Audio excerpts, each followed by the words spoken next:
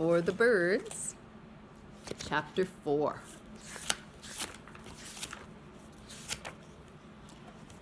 The Dying Duck.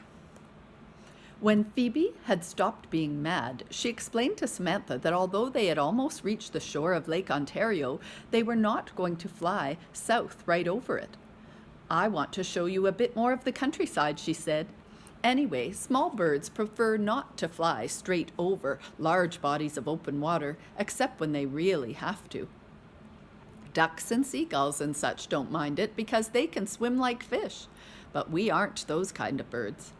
We'll go to the Lake Erie route. Down there we can island hop." Since Samantha had no idea where they were going anyway, she had no objections. But she was getting hungry again. "When do we eat?" she said. If she were still a little girl, she'd be looking out the car window for a hamburger place right now. "Keep your eyes peeled. We need a patch of woods or a likely-looking backyard," said Phoebe. "How about right down there?"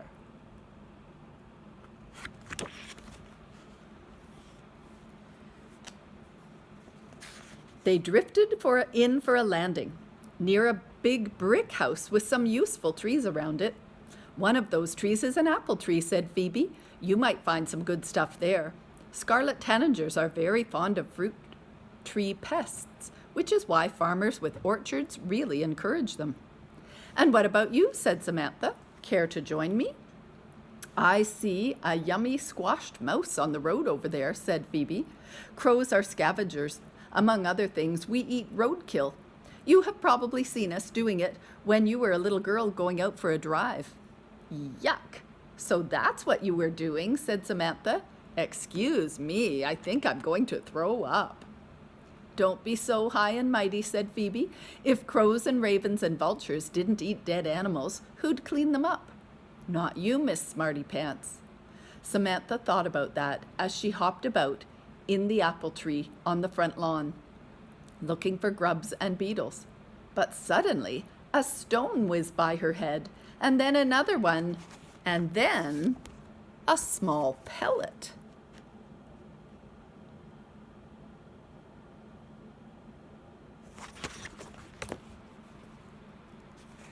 With a squawk, she flew up into the air. She heard laughter.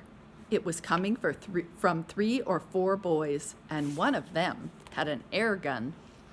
Luckily, Samantha knew what it was. She flew off to find Phoebe Merganser, just as the boy was taking aim again. "Those crazy boys," she sputtered. "They almost killed me." "So what else is new?" said Phoebe. "Boys will be boys. Anyway, they think it's fun. And as I recall, boys aren't the only kind of humans who behave like that." Samantha remembered her own stone-throwing habits. She hung her head in shame. By late afternoon, Samantha was about ready to drop. "We need to look for a place to roost," said Phoebe. "How about over there by the edge of that swamp? Cats don't like swimming as a rule, so if we can roost in a tree that is surrounded by water, we'll be safe at least from them." Samantha remembered the time she had decided to give Furball a bath.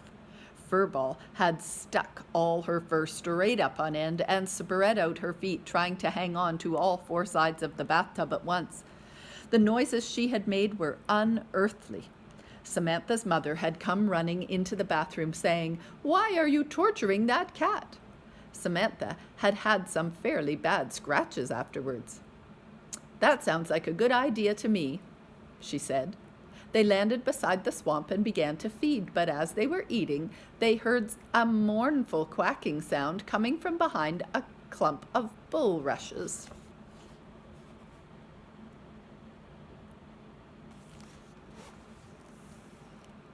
Samantha found she could understand duck as well as crow, and this duck was saying, "Alack, alack, quack, quack, alack." "Let's see what's wrong," she said to Phoebe.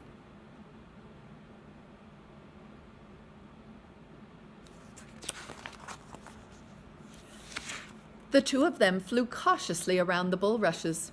2 mallard ducks were sitting on a floating log. One of them, the male, looked very ill. His eyes were half closed, his feathers were dull, and he seemed exhausted. The female was anxiously preening his neck feathers. It was she who had been making the unhappy sounds. "What's the matter?" asked Samantha. This is my mate, said the duck. "It's something he ate, it's something he ate. Oh, dreadful fate, too late, too late, too late, too late." Ducks, Samantha decided, had a habit of repeating themselves. "What was it that he ate?" she asked. "Lead, lead, lead, now he'll soon be dead, dead, dead," wailed the female duck. Samantha remembered tales she had heard about little children who'd come to bad ends from sucking on lead, back when they used to put lead in things like paint. Lead in your body made you stupid, and that was only the beginning. She also remembered the things that she had heard on the news, and she'd seen a t-shirt with "Get the lead out" on it. But why would a duck be eating lead? "Oh, don't you know," wept the female duck. "It's in the shot, it's in the shot, it's hot in the shot. The no-fun guns the hunters take for a pot shot. You have no idea what it's like being a duck. Or maybe you do. What do they yell at you when a baseball's coming toward your head?" "Duck," said Samantha. "Right," said the duck. "And that's what we're always doing, ducking. Everywhere we go, especially during hunting season. Fall migration used to be bad enough, but now it's ridiculous. Blam, blam, blam. A bunch of men in funny hats hiding in little huts, luring us down with wooden decoys and then blazing away at us with both barrels. Some of us get killed outright. Others are wounded. The lead in the shot poisons them."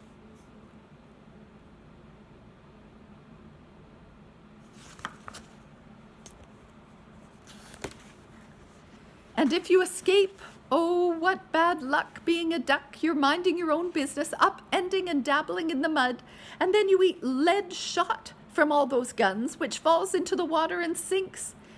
The swamps and ponds are filling up with lead, lead, lead, and we'll soon all be dead, dead.